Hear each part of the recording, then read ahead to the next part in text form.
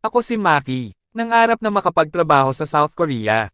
Nagsimula ako mag-aral sa Korean Language Center last week ng April 2023 at nagtapos nung first week ng June 2023. Nagpatuloy sa pag-self-review para lalo mapaghandaan ang exam.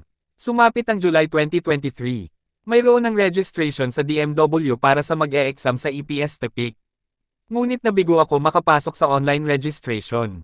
Mabilis na nagsara ang registration.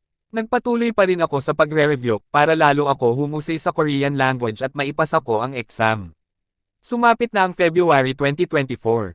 Mayroon na ulit registration para sa mag-e-exam ng EPS TPIC. Sa ikalawang pagkakataon sumubok ulit ako sa registration. Ngunit sobra ako nalungkot kasi overage na ako. Hindi na ako kasali sa qualification nila. Nagbaka sakali ako na pwede pa. Kaso nung nagpa-register ako, sinabi na agad sa website na yun na hindi na ako kasali sa qualification nila. Dahil overage na ako. Halos mag-isang taon na ako sa kakaaral ng Korean. Kaso nauwi din pala sa wala ang lahat. Pakiramdam ko kayang-kaya ko na maipasa ang exam. Madami na ako alam na salita sa Korean. Kaso nauwi sa wala lahat ng pagpapagod ko. Ako'y nabigo makapag-work sa Korea.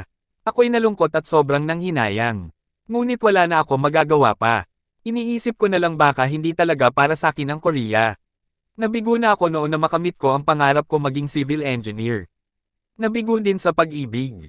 At ngayon nabigo din sa pangarap makapagtrabaho sa South Korea. Ang hangarin ko lang naman ay umunlad ako. Umasenso sa buhay. Para mas makatulong ako sa aking magulang. Sa kamag-anak at sa kapwa ko nangangailangan. Ngunit ako ay lagi nabibigo. Ngunit sa kabila ng mga kabiguan ko sa aking mga hangarin ko sa buhay, ay patuloy pa rin lumalaban. Dahil ako si Maki, ang taong palaging positibo ang pananaw sa buhay. Naniniwala akong magtatagumpay din ako.